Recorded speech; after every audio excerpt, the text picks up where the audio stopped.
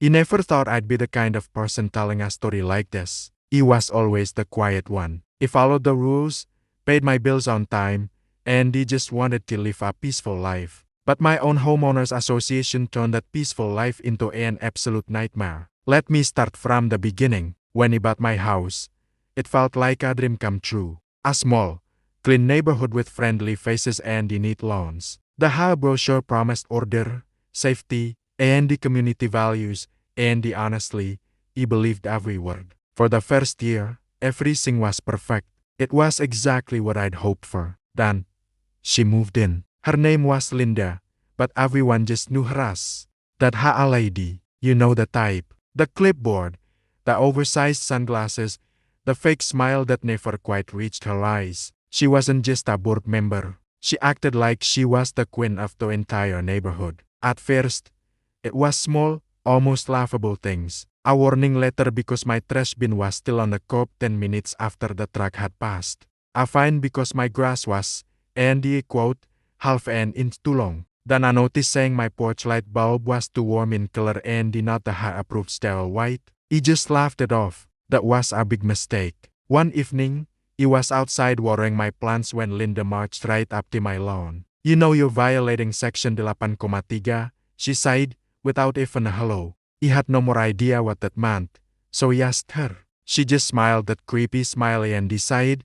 you'll find out. The next morning, he woke up to 3 new violation notices taped to my front door. One was for unauthorized plants, another for noise disturbance, which was impossible because he lived alone. And the third was a final warning, saying I'd be fined $500 if he didn't comply within 48 hours. That's when he realized this wasn't about the rules anymore. This felt personal. He tried to be polite. He sent emails to the HOA board. He called and he left messages, just asking for clarification. He got nothing back, no more response. But the fines kept coming. Every single week, there was something new. The color of my mailbox, the angle of my window blinds. She even tried to fine me for my American flag, claiming it was hung 2 inches too low. It was insane. Then came the HOA board meeting. He decided to go, thinking that if he just presented the facts, logic would have to win. He was so wrong. The room was dead silent as he spoke. He showed them photos, receipts, all the proof he had. When he was done, Linda just leaned by in her chair, smirked, and decided, well, if you don't like the rules, maybe this community isn't for you. Nobody else said a word. Everyone just looked down at their papers, avoiding eye contact. He went home that night feeling angry, but also scared. 2 weeks later, my biggest fear came true. He received a certified letter threatening foreclosure. Foreclosure over grass, plants, and the light bulb. This was all about power. That was my breaking point. He stopped trying to please them and he started protecting myself. He went to the library and he printed out every single page of the HOA bylaws. He read every clause, every subsection, every tiny loophole. And that's when he found it. A rule buried deep in the documents, stating that all violation notices must include photographic evidence and the signature of a board majority. Not one of my notices had either. So, he did something Linda never saw coming. He hired a lawyer.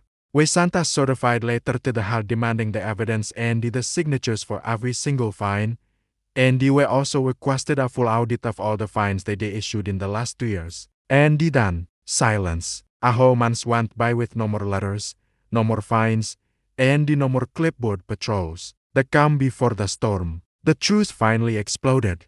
It turned out Linda had been issuing violations completely on her own, pocketing the late fees through a secret side account, and bullying anyone who dared to question her. 3 other families had already been forced to move out because of her harassment. At the emergency HOA meeting, the room was packed. My lawyer laid it all out.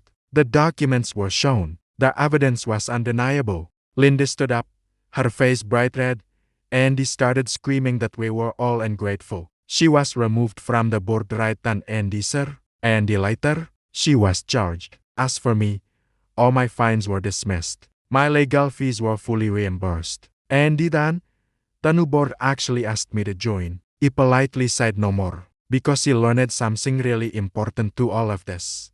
HOAs don't become monsters on their own. They become monsters when good people decide to stay silent. Now, every time you water my plants, you smile. Because this house, this neighborhood, it's finally peaceful again. And the number one, not even an hard tyrant will ever take that away from me. Thanks for listening to my story. If you've ever dealt with something like this, let me know in the comments. And don't forget to subscribe for more.